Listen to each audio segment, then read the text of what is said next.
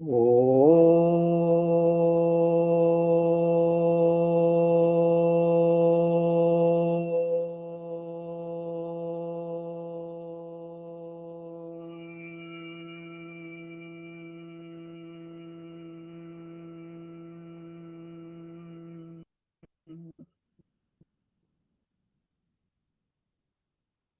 ॐ भद्रं कर्णेभिः शृणुयाम देवाः भद्रं पश्येमाक्षभिर्यजत्राः स्थिरैरङ्गैस्तुष्टवागंसस्तनूभिः व्यशेम देवहितं यदायुः स्वस्ति न इन्द्रो विद्धश्रवाः स्वस्ति न पूषा विश्ववेदाः स्वस्ति न सार्क्ष्यो अरिष्टनेमिः स्वस्ति नो बृहस्पतिर्दधातु।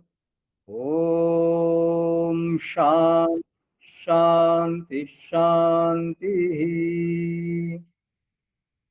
सदाशिवसमारम्भाम् शङ्कराचार्यमध्यमाम् अस्मदाचार्यपर्यन्ताम् वन्दे गुरुपरम्पराम्। शङ्करं शङ्कराचार्यं केशवं बादरायणं सूत्रभाष्यकृतौ वन्दे भगवन्तो पुनः पुनः भगवन्तो पुनः पुनः। ॐ पार्थाय प्रतिबोधितां भगवता नारायणेन स्वयं व्यासेन ग्रथितां पुराणमुनिना मध्ये महाभारतम् अद्वैतामृतवर्षिणीं भगवतीम् अष्टादशाध्यायिनीम् अम्ब त्वामनुसन्दधामि भगवद्गीते भवद्वेषिणीम्। नमोऽस्तु ते व्यासविशालबुद्धे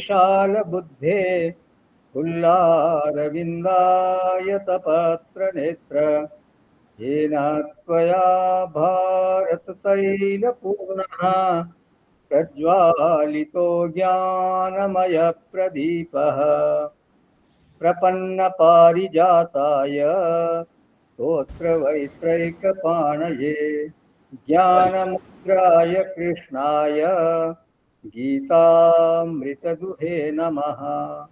सर्वोपनिषदो गावो दोग्धा गोपालनन्दनः पार्थो वत्सः सुधीर्भोक्ता दुग्धं गीतामृतं महत्। वसुदेवसुतं देवं कंसचाणूरमर्दनं देवकी परमानन्दं कृष्णं वन्दे जगद्गुरुं कृष्णं वन्दे जगद्गुरुं कृष्णं वन्दे जगद्गुरुं। हाँ डॉक्टर सक्सेना साहब। हरिओम। हाँ बोलिए। तो कीजिए प्रियतम। मेरे प्रभु जी सरकार रखिए, चरणों का दास मेरे राम जी सरकार रखिए, दासों का दास रखिए, दासों का दास प्रभु जी अपने ही पास मेरे प्रभु जी सरकार रखिए, चरणों का दास। हरे कृष्णा कृष्णा कृष्णा हरे हरे, हरे रामा राम राम हरे हरे, हरे कृष्णा कृष्णा कृष्णा हरे हरे, हरे रामा राम राम हरे हरे। तू तो लिए वरदान खड़ा, झोली मेरी ना फैली, कैसे कहाँ दिखलाऊं तुझे, मन की चादर है मैली, तू तो है चंदा पूनम का, सब दुख दूर करे मन का। नैन चकोर जो किसने किए, नैन चकोर ना जिसने किए, रूप किरण को क्या वो पिए, रूप किरण को क्या वो पिए। मेरे राम जी, मेरे प्रभु जी, सरकार रखिए, चरणों का दास मेरे राम जी, महाराज रखिए, चरणों का दास। हरे कृष्णा, हरे कृष्णा, कृष्णा कृष्णा, हरे हरे, हरे रामा, हरे रामा, राम रामा, हरे हरे। हरि ओम तत्सत। धन्यवाद डॉक्टर साहब। तो अर्जुन अपनी कृतज्ञता ज्ञापित करते हैं, बोलते हैं हे अच्युत, हे प्रभु, मेरी स्थिति क्या है। बोले नष्टो मोह। भाष्यकार लिखते हैं, भगवान भाष्यकार माने भगवान शंकराचार्य जी, अज्ञान जो है समस्त संसार अनर्थ हेतु सागर इव दुस्तरः। बोले मेरा अज्ञान जन्य मोह, जो कि समस्त संसार रूप अनर्थ का कारण था, संसार रूप अनर्थ का हेतु था, और समुद्र की भांति दुस्तर था, उसको पार करना मुश्किल था, तो वो नष्ट हो गया है। तो ये मोह कैसा है। बोले अज्ञानजः। अज्ञानजः माने ज्ञान के अभाव की स्थिति से उत्पन्न। ज्ञान का अभाव माने जो अज्ञान होता है वो अनादि होता है, तो उस अज्ञान के कारण जो मोह प्रत्यय है, मोह उत्पन्न हुआ, वो भी अनादि है। मतलब जिसका कोई प्रारंभ नहीं होता उसको बोलते हैं अनादि। इसमें कार्य कारण भाग है, माने कारण है अज्ञान और कार्य है मोह। तो जब कारण का विनाश होगा, माने अज्ञान का विनाश होगा, तो कार्य का भी विनाश हो जाएगा, तो मोह का भी विनाश हो जाएगा। मतलब अज्ञान के विनाश से मोह का विनाश हो जाएगा। तो देखिए वेदांत का जो मुख्य कार्य है वो है अज्ञान की निवृत्ति, मोह प्रत्यय का नाश होना। वेदांत का कार्य ज्ञान कराना नहीं है, ज्ञान तो स्वयं है ही है। मिथ्या प्रत्यय निवृत्ति को ही ज्ञान का स्वरूप कहा जाता है। वास्तव में वेदांत की जो प्रवृत्ति होती है वो केवल अज्ञान की निवृत्ति के लिए होती है, ज्ञान कराने के लिए नहीं है। ज्ञान तो स्वयं हो ही जाएगा। जो ज्ञान पे एक वो पर्दा पड़ा हुआ है, एक कोई आवरण आ गया है, उस आवरण को हटाते ही ज्ञान स्वयं प्रकट हो जाएगा। तो वेदांत का मुख्य लक्ष्य है अज्ञान की निवृत्ति कराना। तो जो हमारा मूल स्वरूप है वो अपरोक्ष है, और वो कभी भी भ्रांति का विषय नहीं बन सकता।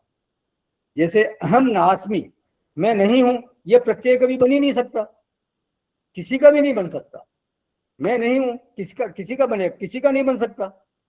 मैं अप्रिय हूं, यह प्रत्यय कभी नहीं बन सकता।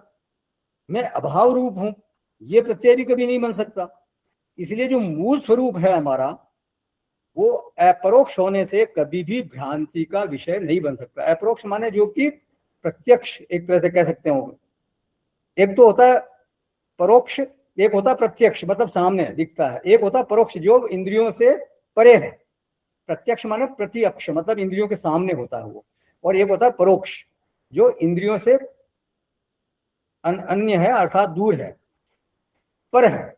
लेकिन एक होता है अपरोक्ष, वो इंद्रियों के सामने तो नहीं है लेकिन वो परोक्ष भी नहीं है, मतलब वो इंद्रियातीत भी नहीं है, मतलब वो अनुभव में आता है। प्रत्यक्ष नहीं है, सामने नहीं है, लेकिन वो अनुभव में आता है। ऐसा नहीं कि वो बिल्कुल परोक्ष है, उसको बोलते हैं अपरोक्ष। तो आत्म तत्व जो है वो अपरोक्ष है, वो अभाव रूप प्रत्यय कभी बन नहीं सकता उसका, तो वो कभी भ्रांति उसके बारे में हो नहीं सकती।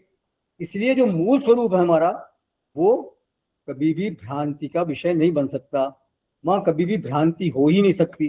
तो ये एक बड़ी विलक्षण बात है वेदांत की। और इसलिए ज्ञान के लिए कोई उद्यम विशेष की आवश्यकता नहीं है। वहां अज्ञान की निवृत्ति के लिए ही उद्यम को स्वीकार किया गया है।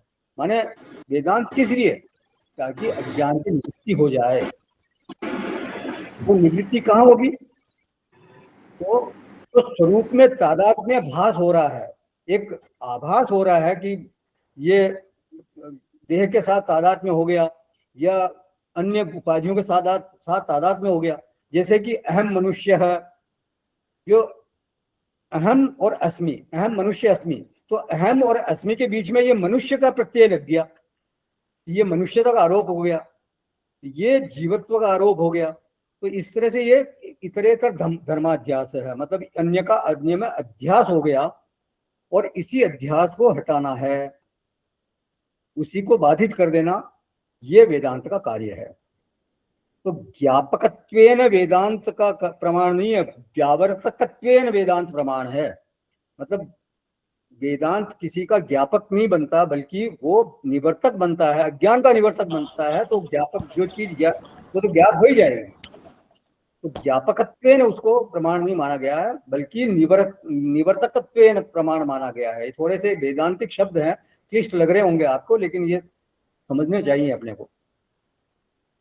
ज्ञापकत्व माने अज्ञात का ज्ञापक हो जाएगा, वो अज्ञात का वो ज्ञापक होगा। कोई चीज अज्ञात है उसका वो ज्ञापन करा देगा। तो आत्मा जो है वो अज्ञात थोड़े नहीं है, वो तो सबको ज्ञात ही है।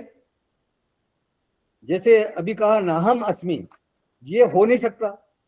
अहम अभान रूप है, ये हो नहीं सकता, है नहीं, हुआ नहीं, हो सकता नहीं। लेकिन केवल यही अनुभव नहीं है कि भाई अहम अस्मि है, या इससे भी अनुभव नहीं है।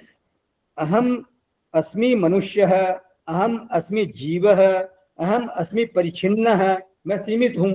ये इस तरह के अहम और अस्मि के बीच में ये अन्य धर्म का जो आरोप हो रहा है, तो वेदांत क्या दिखाता है? केवल इतना दिखाता है कि ये अन्य धर्म है, इनका निवारण होना चाहिए। वेदांत का लक्ष्य क्या है? अज्ञान की निवृत्ति। तो पहले तो कहता है वेदांत, क्या कहता है कि ये आत्मधर्म नहीं है बल्कि अन्य धर्म है, और बाद में कहता है कि अन्य नाम की कोई चीज ही नहीं है, शुद्ध अद्वैत है।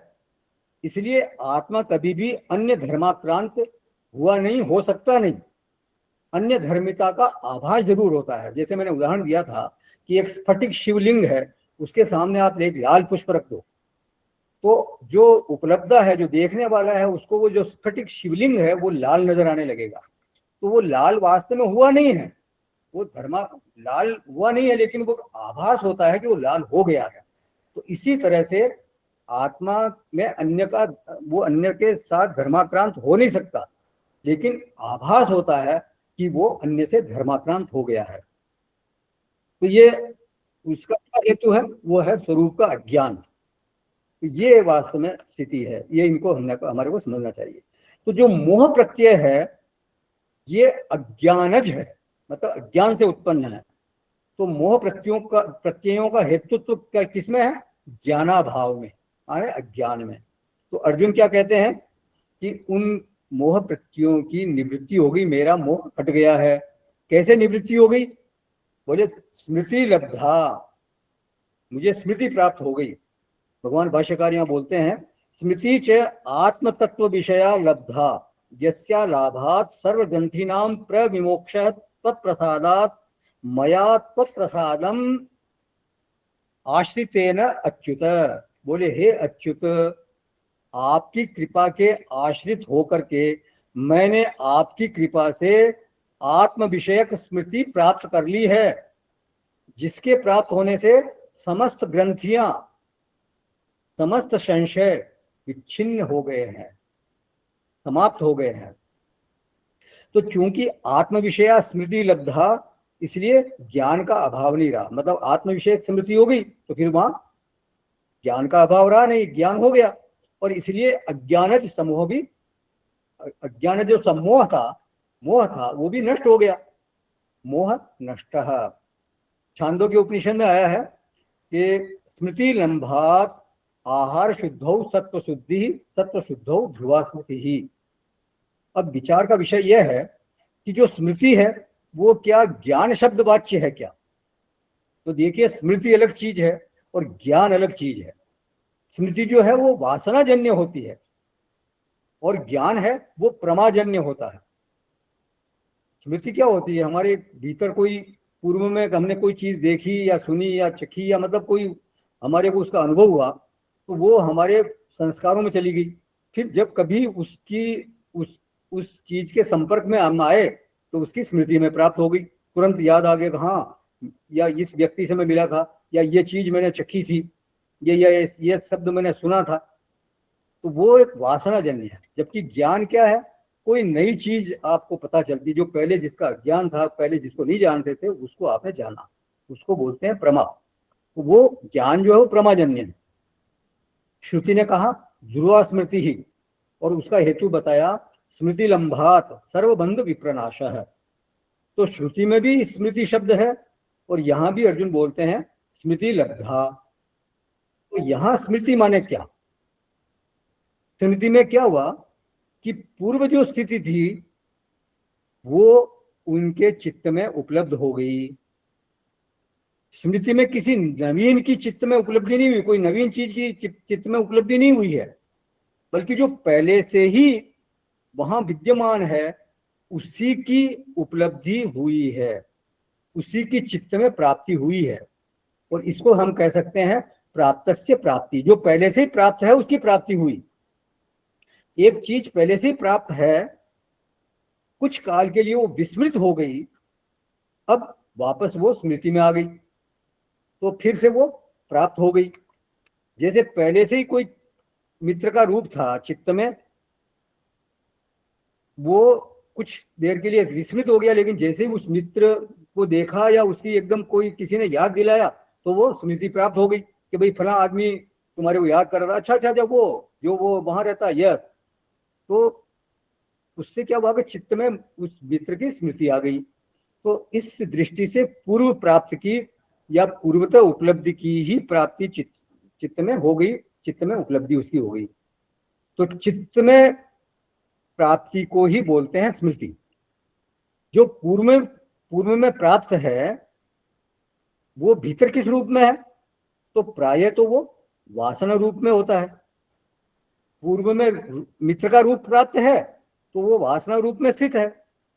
चित्त में उसकी जागृति हो गई, चित्त पटल पर वो उपस्थित हुआ, तो क्या बोला जाता है कि वो चित्त में उसकी उपलब्धि हो गई। तो उसको हम बोलते हैं स्मृति। कहां से आई? वो प्रमा से आई क्या? नहीं, वो आई वासना से। अब जो आत्म वस्तु है, जो आत्म चैतन्य है, वो तो नित्य अनुभूत है, स्वतः सिद्ध है, नित्य प्राप्त है। लेकिन चित्त में उसके स्वरूप की अनुपलब्धि हो रही थी, तो स्मृति जो है वो चित्त में उपलब्ध हो गई, तो इसीलिए उसको बोलते हैं स्मृति। तो चित्त में उपलब्धि और अनुपलब्धि के संदर्भ में ही स्मृति कहा जाता है। कोई चीज की उपलब्धि चित्त में हो गई उसको बोल गया स्मृति, अनुपलब्ध हो गई तो बोला विस्मृति।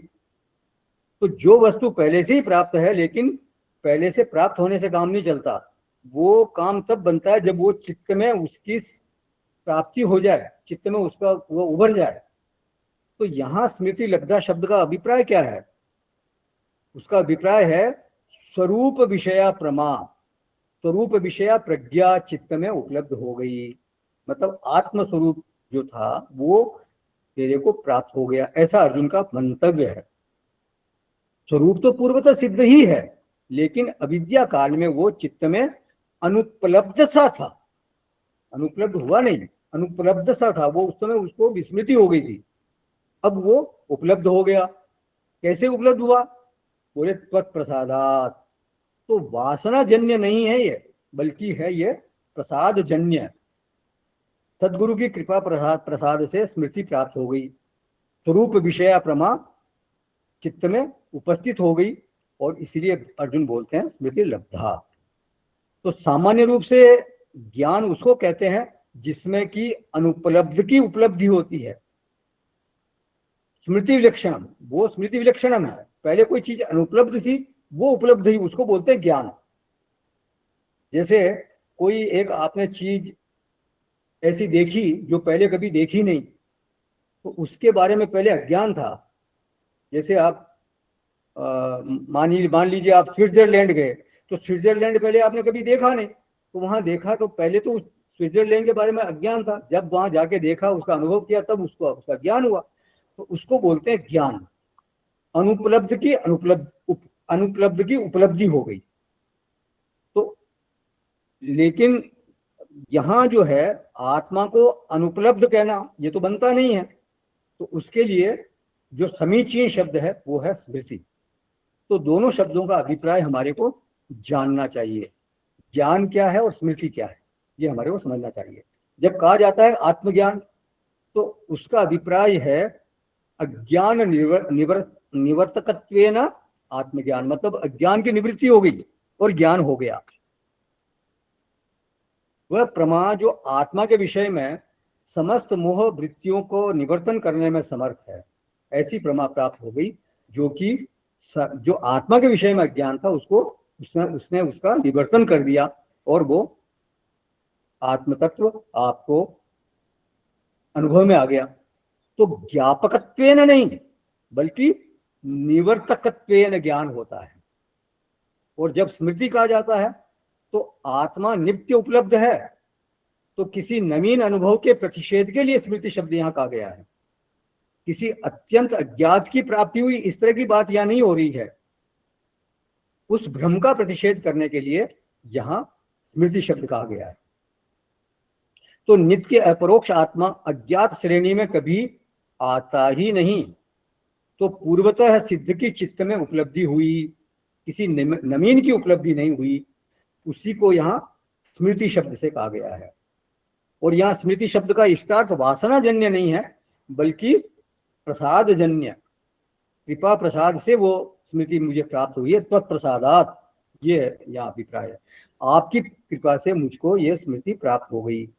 भाष्यकार ने लिखा यहाँ पे तत्प्रसादम आश्रितेन, आपकी कृपा के आश्रित होकर के, तब आश्रितेन ऐसे नहीं लिखा, आपके आश्रित होकर नहीं लिखा, बल्कि तब तो प्रसादात आश्रितेन, मतलब आपकी कृपा के आश्रित होकर के मुझे यह स्मृति प्राप्त हुई।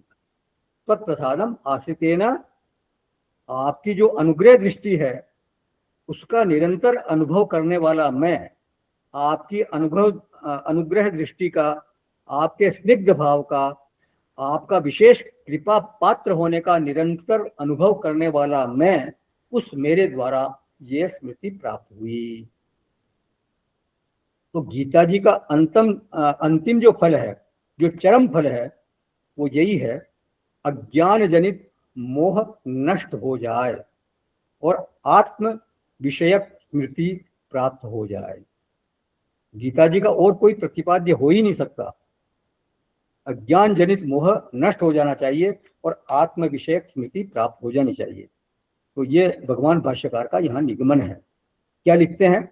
अनेन मोहनाश प्रश्न प्रतिवचनेन सर्वशास्त्र अर्थ ज्ञान फलम एतावद एव इति निश्चितम दर्शितम भवति यद उत अज्ञान सम्मोहनाश आत्मस्मृति लाभ च इति। बोले इस मोहनाश विषयक प्रश्नोत्तर से, ये जो प्रश्नोत्तर हुआ भगवान कृष्ण और अर्जुन के बीच में, ये मोहनाश का प्रश्नोत्तर है। तो इस मोहनाश प्रश्नोत्तर से ये बात निश्चित रूप से दिखलाई गई है कि जो ये अज्ञान जनित मोह का नाश और आत्म विषयक स्मृति का लाभ है, बस इतना ही समस्त शास्त्रों के अर्थ ज्ञान का फल है। माने समस्त शास्त्रों का जो अर्थ ज्ञान है उसका फल यही है कि मोह का नाश हो जाए, अज्ञान जनित मोह का नाश हो जाए और आत्मस्मृति की प्राप्ति हो जाए, आत्म विषयक स्मृति का लाभ हो जाए। तो इस बात को श्रुति से भी वो पुष्ट करते हैं, कहते हैं अनात्मविद शोचामी, मैं आत्मा को नहीं जानने वाला मैं शोक करता हूं। जो अनात्मविद होता है वो तो हमेशा शोक करता ही करता है। इति उपन्यस्य आत्मज्ञाने सर्वग्रंथि विप्रमोक्ष उक्त है। बोले आत्मज्ञान होने पर समस्त ग्रंथियों का विच्छेद हो जाता है। ये उपनिषद में आया, एक किसी श्रुति में आया है।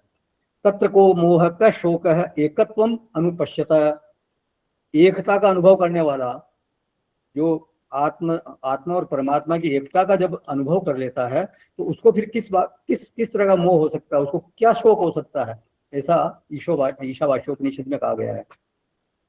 अब आगे का वाक्य है, स्थितोस्मि गत संदेह करिष्ये वचनम तव। भाष्यकार लिखते हैं यहाँ पे, तत्शासने स्थितः अस्मि मुक्त संशयः करिष्ये वचनम तव अहम त्वत्प्रसादात् कृतार्थो न मम कर्तव्यम अस्ति इति अभिप्रायः। बोले अब मैं संशय रहित हो गया हूं और आपकी आज्ञा के अधीन खड़ा हूं। मेरे में किसी प्रकार का कोई संशय रहा ही नहीं, कोई संदेह नहीं रहा, सारे संदेह समाप्त हो गए हैं। बस आपकी आज्ञा का पालन करने के लिए यहाँ खड़ा हूं। मैं अब आपका कहना करूंगा। अभिप्राय क्या है कि मैं आपकी कृपा से कृतार्थ हो गया हूं, मैं आपकी आज्ञा का पालन करूंगा। ये तो ऊपरी अर्थ है, लेकिन वास्तविक अर्थ है कि मैं कृतार्थ हो गया हूं।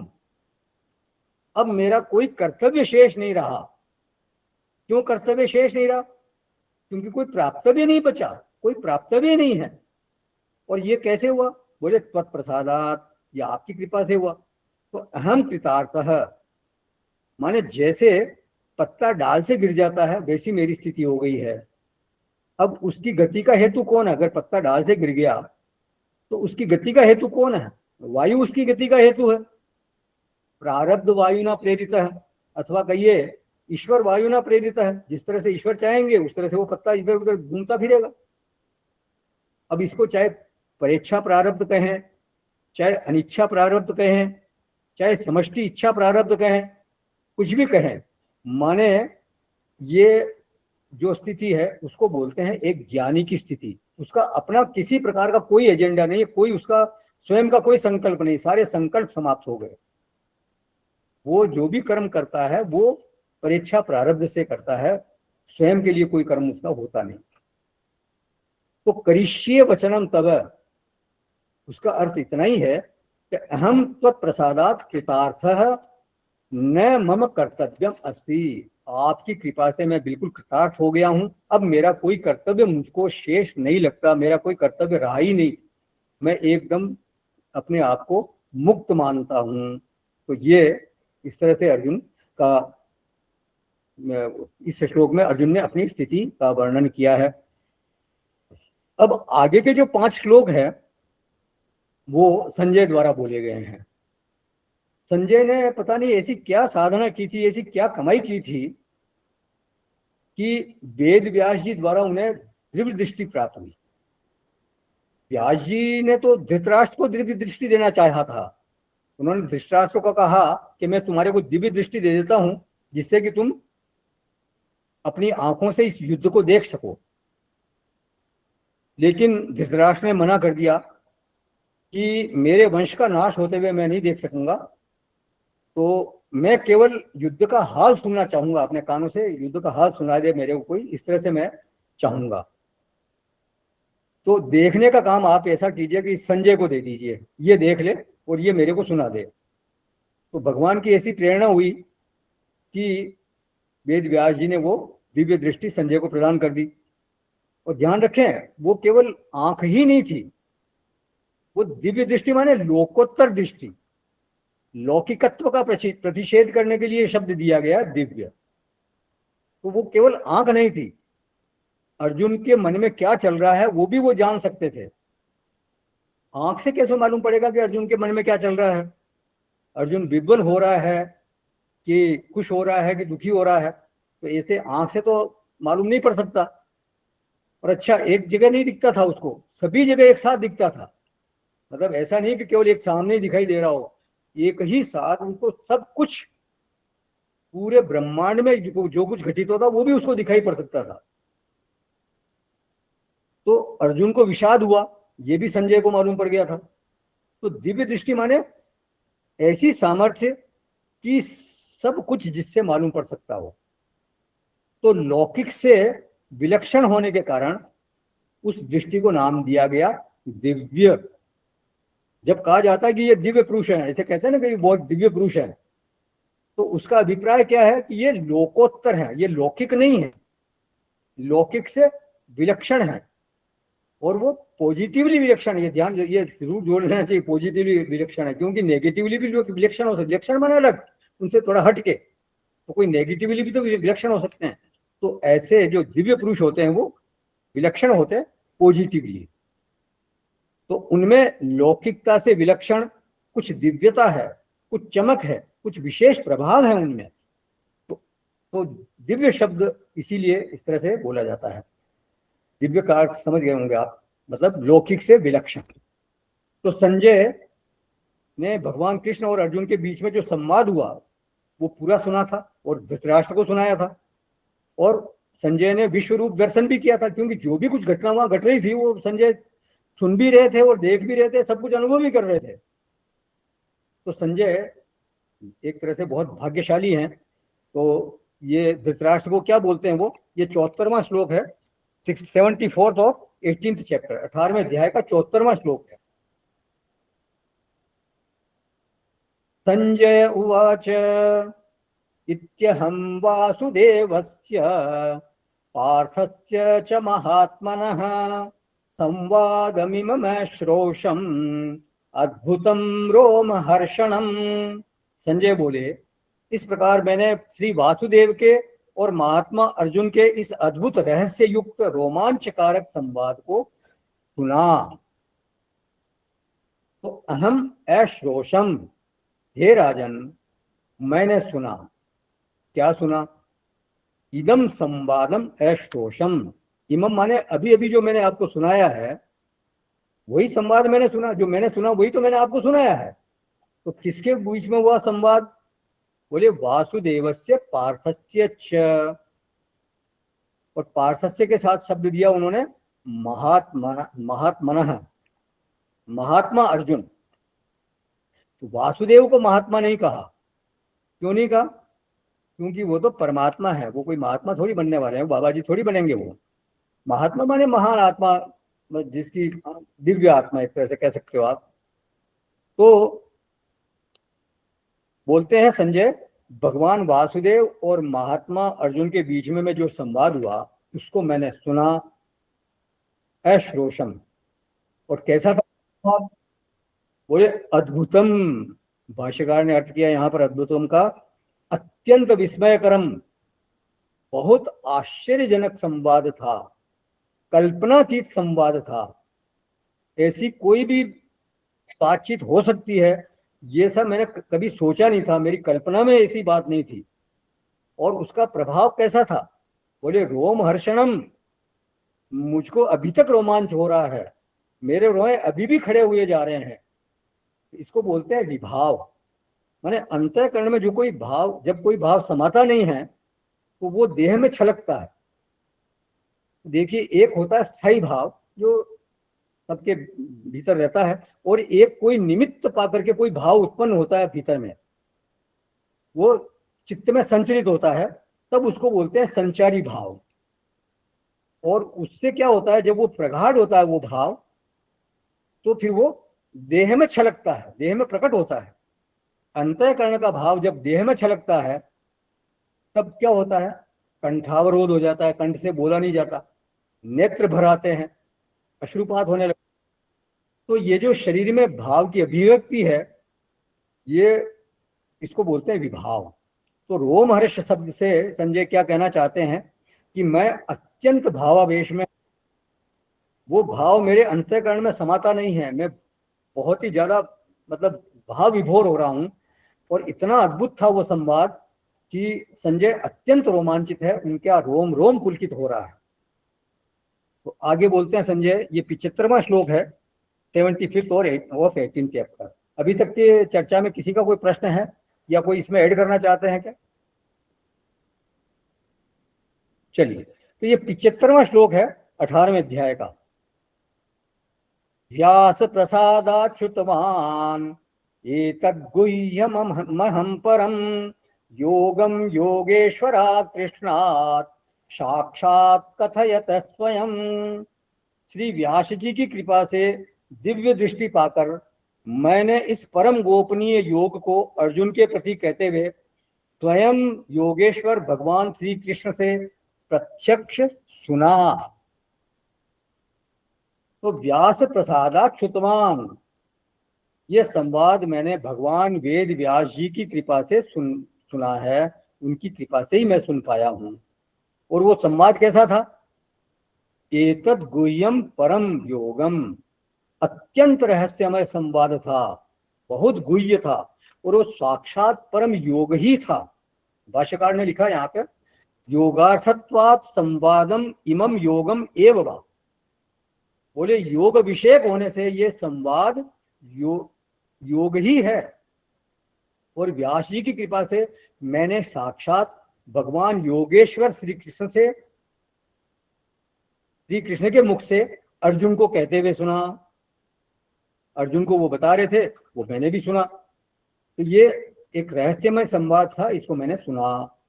भाष्यकार लिखते हैं आगे, न परंपरातः है, गुरु परंपरा से बहती भी वाणी आई और फिर उसको मैंने सुन लिया, ऐसा नहीं। साक्षात अहम सुतमान योगेश्वरात कृष्णात, भगवान जो योगेश्वर हैं, भगवान श्री कृष्ण स्वयं योगेश्वर हैं। योगेश्वर शब्द का अर्थ भगवान भाष्यकार ने इसमें तो नहीं किया, अंतिम श्लोक में वहां आगे और योगेश्वर शब्द आएगा 78 श्लोक में, तो वहां उसका अर्थ किया भगवान भाष्यकार ने। तो बोलते हैं सर्व योगानाम ईश्वर है तत्प्रभावात सर्व योग बीजस्य। बोले समस्त योग और उनके बीज उन्हीं से उत्पन्न हुए हैं, अतः भगवान योगेश्वर है, मतलब योगों के ईश्वर है वो, सभी योग उन्हीं से उत्पन्न हुए हैं। तो योगानाम ईश्वर है, समस्त योग, चाहे वो अष्टांग योग हो, कर्म योग हो, ज्ञान योग हो, भक्ति योग हो, ध्यान योग हो, कर्म संन्यास योग हो, मोक्ष संन्यास योग हो, और विषाद योग हो, सभी के वो ईश्वर हैं। यदि वे रथ को भीष्म पितामह के सामने ले जाकर खड़ा नहीं करते तो अर्जुन को विषाद नहीं हो सकता था। आप कल्पना कीजिए, अगर वो भगवान कृष्ण जो है वो रथ, अर्जुन ने तो यही कहा ना कि मेरे रथ को दोनों सेनाओं के बीच में खड़ा कर दीजिए, सेनयोर उभयोर मध्य रथम स्थापयाम्यच्युत। ये थोड़ी ना कहा था कि भीष्म के सामने या भगवान गुरु द्रोणाचार्य जी के सामने खड़ा कर दो। तो भगवान के सामने ये ऑप्शन था कि वो जहां मर्जी चाहे वहां खड़ा कर देते। तो अगर वो रथ को दुर्योधन के सामने ले जाकर खड़ा करते तो क्या होता, कल्पना कीजिए। अर्जुन के मन में क्या विषाद उत्पन्न होता? नहीं, प्रतिशोध की भावना उत्पन्न होती, एक क्रोध की भावना उत्पन्न होती वहां पर है, एक शौर्य की भावना उत्पन्न होती, ये कि मैं अभी इसका वध कर देता हूं, ऐसी भावना उत्पन्न होती। तो सारे योगों के स्वामी, सारे योगों के मालिक वही है, सर्व योगा नाम ईश्वर है तत्प्रभावात सर्व योग बीज है। समस्त योगों का जो उद्गम स्थल है वो परमात्मा है, प्रत्यक अभिन्न चेतन है। उसे व्यक्ति नहीं बना देना, इस भ्रांति को तो मिटा ही देना चाहिए हमारे को कि वो भगवान कोई एक व्यक्ति है। हाँ, वो व्यक्ति की तरह दिख सकते हैं, माया मनुष्यम हरिम कहा गोस्वामी जी ने, वो एक माया रूप रचित मनुष्य की जैसे दिख सकते हैं, लेकिन वास्तव में मनुष्य है नहीं। लेकिन हम उनमें मनुष्य भाव कर लें तो इससे भगवान फिर बहुत खुश होने वाला नहीं है, वो तो नाराज ही होंगे। वो क्या बोलेंगे, अब जानंती माम मूढ़ा माम अवज्ञा कुर्वन्ति, मेरी अवज्ञा करते हैं ये मूढ़ लोग, बोला नवे अध्याय में उन्होंने। तो योगेश्वरात् कृष्णात् साक्षात कथयतः स्वयं अहम व्यास प्रसादात् श्रुतवान। मैंने भगवान व्यास जी की कृपा से साक्षात भगवान के मुख से ये अर्जुन को कहते हुए भगवान के मुख से ये साक्षात संवाद सुना। अर्जुन ने कहा त्वत्प्रसादात, और संजय यहाँ क्या बोल रहे हैं, व्यास प्रसादात। ये बात वो भूल नहीं पाते हैं कि यदि व्यास जी की कृपा नहीं होती, अगर व्यास जी ने उनको दिव्य दृष्टि नहीं दी होती तो ये वो सब कुछ वो नहीं सुन पाते, नहीं देख पाते। इसलिए व्यास जी को वो याद करते हैं। व्यास प्रसादात् श्रुतवान एतद् गुह्यम अहम परम योगम योगेश्वरात् कृष्णात् साक्षात कथयत स्वयं। अब आगे बोलते हैं संजय, ये 76 श्लोक है, 76वां श्लोक है। राजन संस्मृत्य संवादमिमम् अद्भुतम् केशवार्जुनयोः पुण्यम् हृष्यामि च मुहुर्मुहुः। हे राजन, भगवान श्री कृष्ण और अर्जुन के इस रहस्य युक्त कल्याण कारक और अद्भुत संवाद को सुन करके, इसको पुनः पुनः स्मरण करके मैं बार बार हर्षित हो रहा हूं। हे राजन, संस्मृत्य संस्मृत्य संवादम इमम अद्भुतम। बार बार उस संवाद को एक ही नाम से पुकार रहे हैं संजय, अद्भुतम अद्भुतम अद्भुतम। और किसका संवाद है? केशवा अर्जुनयोः, केशव और अर्जुन का संवाद है। और वो पुण्यम संवाद, मतलब पुण्य कारक संवाद है। तो दो टिप्पणी की संजय ने यहाँ पे, एक तो अद्भुतम और एक पुण्यम संवादम। अद्भुतम संवादम, पुण्यम संवादम। भगवान भाष्यकार ने यहाँ पुण्यम का अर्थ किया है श्रवणाद अपि पापहरम श्रुत्वा, सुनने मात्र से ही वो पापों का नाश कर देता है। 71वें श्लोक में भगवान ने कहा था ना, श्रद्धावान सूयश्च शृणुयादपि यो नरः सोपि मुक्त शुभान लोकान प्राप्नुयात् पुण्य कर्मणाम। जो मनुष्य इस ग्रंथ को श्रद्धायुक्त और दोष दृष्टि से रहित होकर केवल सुन लेता है, वो भी पापों से मुक्त होकर पुण्यवानों के लोक को प्राप्त होता है, अर्थात शुभ लोगों को प्राप्त हो जाता है। तो यहाँ संजय क्या बोल रहे हैं कि हे राजन, केशव और अर्जुन के इस परम पवित्र और सुनने मात्र से पापों का नाश करने वाले अद्भुत संवाद को सुनकर के और बारंबार स्मरण करके मैं प्रतिक्षण बारंबार हर्षित हो रहा हूँ। अत्यंत मुझे को बहुत हर्ष हो रहा है। क्षणे क्षणे हृष्यामि, मैं अत्यंत पुलकित हो रहा हूँ, मेरा हर्ष समाता नहीं है। आगे 77वां श्लोक है, उसमें संजय क्या बोलते हैं? तच्च संस्मृत्य संस्मृत्य रूपमत्यद्भुतं हरेः विस्मयो मे महान राजन हृष्यामि च पुनः पुनः। हे राजन, श्री हरि के उस अत्यंत विलक्षण रूप को भी पुनः पुनः स्मरण करके मेरे चित्त में महान आश्चर्य होता है और मैं बार बार हर्षित हो रहा हूँ। देखिए क्या मतलब, हर्ष की कोई सीमा नहीं है संजय की, इतना प्रकट हो रहा उनकी वाणी से। तो तच्च संस्मृत्य संस्मृत्य रूपम अति अद्भुतम, तो उस रूप का बारंबार स्मरण करके, किस रूप का?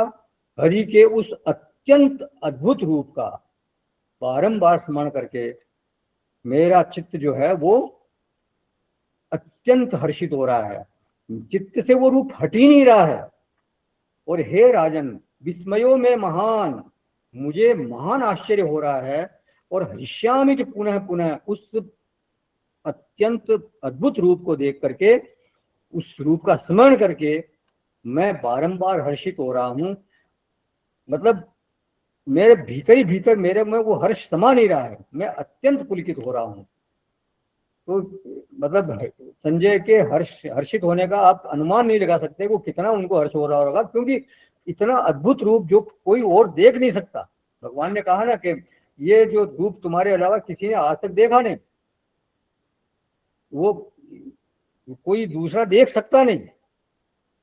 नहीं प्रपश्य, वो बोला उन्होंने, मया प्रसन्नेन तवार्जुनेदम रूपम परम दर्शितमात्म योगा तेजोमयम विश्वमनंत माध्यम यन्मेन तदन्येन दृष्टपूर्वम। तुम्हारे अलावा और किसी ने देखा नहीं इसको। तो ऐसा रूप कभी किसी को देखने को मिल जाए तो फिर तो वो उसके आश्चर्य का ठिकाना कैसे रह सकता है? रह ही नहीं सकता। तो फिर ये अब आगे अंतिम श्लोक है ये इस अध्याय का, 78 श्लोक है, 78वां श्लोक 18वें अध्याय का। संजय बोलते हैं कि मेरी एक ऐसी मति बनी है, मेरी एक मनीषा बनी है। क्या मति बनी है? बोलते हैं, यत्र योगेश्वर कृष्णः यत्र पार्थो धनुर्धरः तत्र श्रीर्विजयो भूतिः ध्रुवा नीतिर्मतिर्मम। हे राजन, जहाँ योगेश्वर भगवान श्री कृष्ण हैं और जहाँ गांडीव धनुषधारी अर्जुन हैं, वहीं पर श्री विजय विभूति और अचल नीति है, ऐसा मेरा मत है। तो यत्र योगेश्वर कृष्ण यत्र पार्थो धनुर्धरः। पूरा संवाद सुनने के बाद मेरे चित्त में एक मति का, एक धारणा का निर्माण हुआ है। मतिर्मम, मति माने मनन के पश्चात बनने वाली एक मनीषा, एक प्रमा, एक निगमन। तो माने क्या मति बनी है मेरी? बोले यत्र योगेश्वर कृष्ण यत्र पार्थो धनुर्धरः। कृष्ण के साथ योगेश्वर शब्द विशेषण लगाया यहाँ पर, और पार्थ के साथ लगाया यहाँ पर धनुर्धरः, धनुर्धर विशेषण लगवाया। तो योगेश्वर है माने सर्व योगानाम ईश्वरः, पहले इस पर चर्चा अपन कर चुके हैं। तो यत्र योगेश्वर कृष्ण यत्र पार्थो धनुर्धरः। धनुर्धर माने गांडीव धनुर्धारी अर्जुन।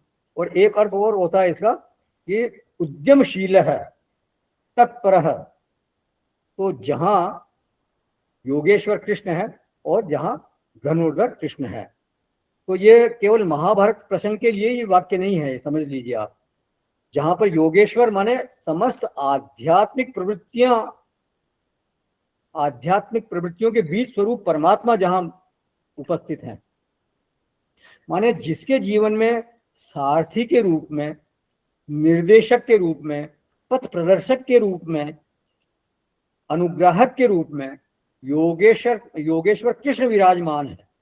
माने वो जो भक्त है वो कृष्णोन्मुखी है, परमात्मोन्मुखी है, कम से कम कृष्ण से विमुख नहीं है। वो गीता जी की ओर उन्मुख है, गीता जी की छाया में उसका जीवन चलता है, गीता जी का निर्देशन उसके जीवन में हमेशा बना रहता है।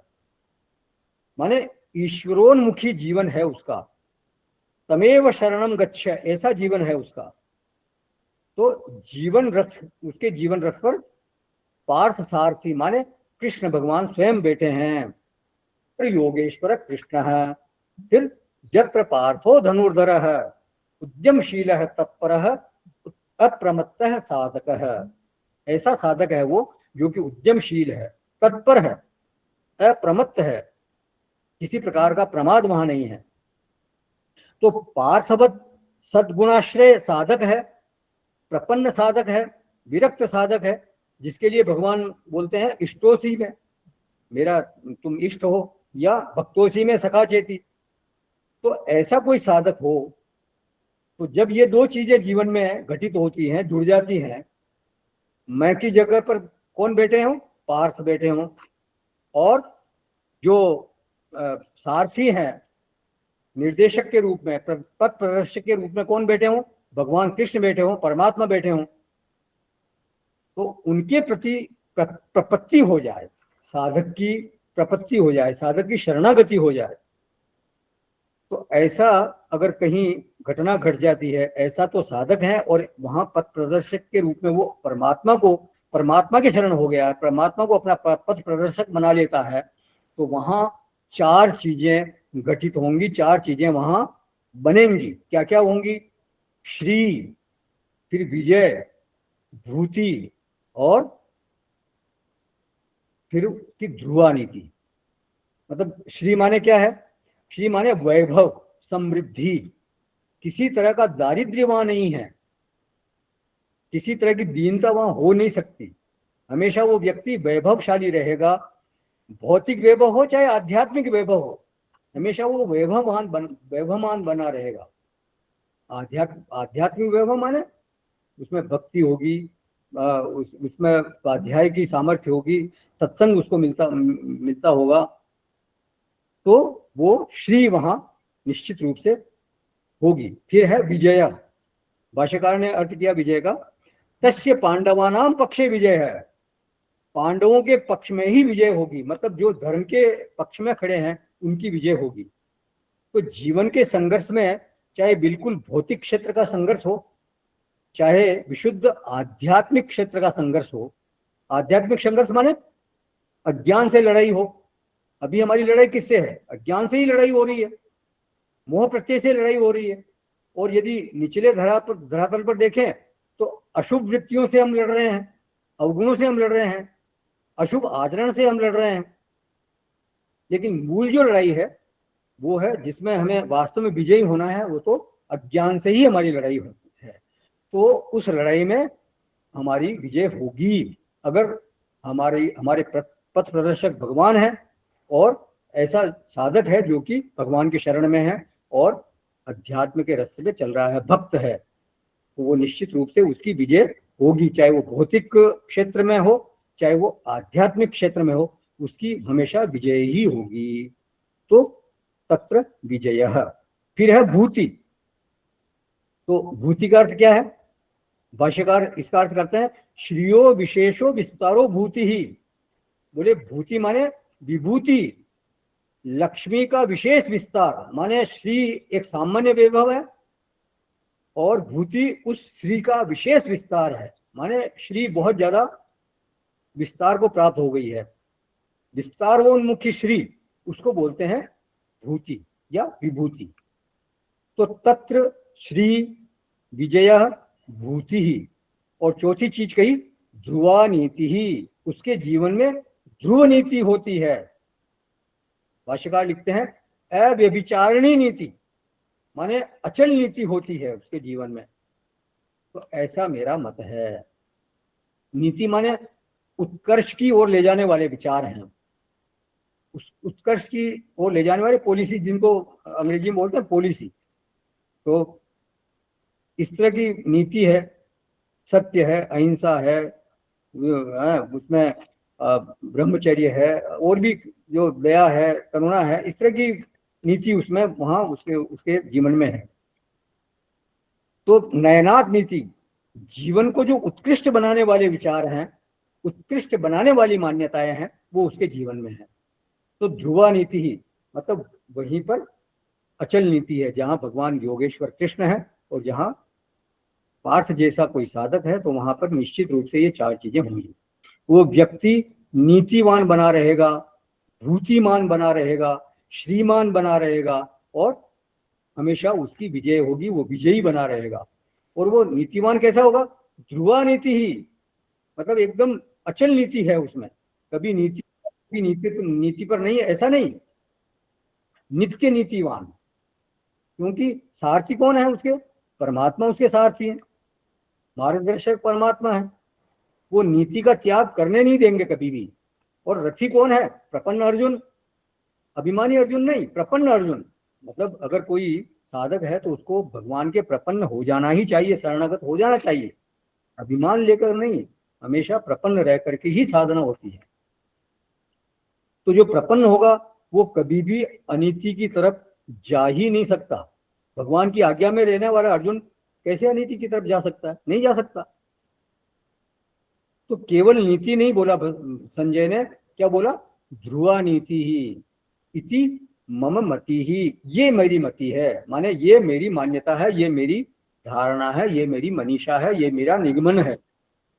संवाद सुनने के बाद जो मेरा निश्चय बना, जो मेरा पक्का विचार बना, क्या बना कि जहां पर योगेश्वर कृष्ण है और जहां पर धनुर्धर अर्जुन है, उद्यमशील अर्जुन है, तत्पर अर्जुन है, वहां ये चार चीजें निश्चित रूप से होंगी ही होंगी। श्री होगी, विजय होगी, भूति होगी और ध्रुवा नीति होगी। तो ये निगमन किया यहाँ पर इस अध्याय का संजय ने कि अपने जीवन रथ पर परमात्मा को बिठाइए, परमात्मा को सारथी की जगह बैठाइए, और या मतलब मार्गदर्शक की जगह बैठाइए, पथ प्रदर्शक की जगह बैठाइए, और स्वयं उनके प्रपन्न हो जाइए, उनके शरणागत हो जाइए। कैसे शरणागत हो जाइए? उद्यमशील होकर के, यत्नमान होकर के, अप्रमत्त होकर के, प्रमाद रहित होकर के उनके प्रपन्न हो जाइए, उनके शरणागत हो जाइए और अपना स्वकर्म करते रहिए। तो जीवन संग्राम में निश्चित रूप से आप विजयी होंगे, आपके श्री की प्राप्ति होगी और आप हमेशा एकदम नीतिवान बने रहेंगे। तो इस प्रकार से ये अध्याय का यहाँ समापन होता है। किसी का कोई प्रश्न है या कोई इसमें किसी को कोई ऐड करना है तो करें, नहीं तो समापन करेंगे। इसका पूर्ण समापन अगली कक्षा में करेंगे, जब आगे वाली कक्षा में इस पूरी गीता को थोड़ा देखें, उस दिन समापन भैया एक थोड़ी सी जिज्ञासा थी। हाँ बताओ। कृतार्थ का अर्थ कर्तव्य मुक्त हो जाना है क्या? उस अर्थ में लेंगे क्या कि हाँ, आपकी कृपा कृतार्थ, से कृतार्थ माने मतलब अब वो उसको कोई करते में शेष नहीं रहा। कृतार्थ हो गया मतलब अब कोई कर्म बाकी नहीं रहा, उसको बोलते हैं कृतार्थ। मतलब कृत अर्थ, जो करना था वो हो चुका, अब उसको कुछ करना शेष नहीं रहा, उसको बोलते हैं कृतार्थ। जब कोई कर्म शेष नहीं रहता, जैसे भगवान ने बोला ना, इति गुह्यतमं शास्त्रम इदमुक्तम मया नघ एतद् बुद्ध्वा बुद्धिमांशात् कृतकृत्यस्य भारत। हो जाना, हाँ, कृतार्थ हो जाना, वो एक ही बात है। कृतकृत्य अच्छा, हो गया कृत मतलब कृत्य हो जाना, अब कुछ नहीं करना शेष रहा, अच्छा अच्छा। बोलते हैं कृतार्थ। ठीक है, और कोई? तो अगली अगली कक्षा में इसका समापन करेंगे, ठीक है ना साहब? आज यहाँ इसको अध्याय पूर्ण हुआ है, तो इसका पुष्टिका मैं बोल देता हूँ। ओम तत्सदिति श्रीमद्भगवद्गीतासु उपनिषत्सु ब्रह्मविद्यायां कृष्णार्जुन संवादे मोक्ष संन्यास योगो नाम अष्टादशोऽध्यायः। ओम श्री कृष्ण चरणारविन्दाय समर्पयामि। ओम पूर्णमदः पूर्णमिदं पूर्णमुदच्यते पूर्णस्य पूर्णमादाय पूर्णमेवावशिष्यते। ओम शांति शांति शांति। हरि ओम श्री गुरुभ्यो नमः। हरि ओम।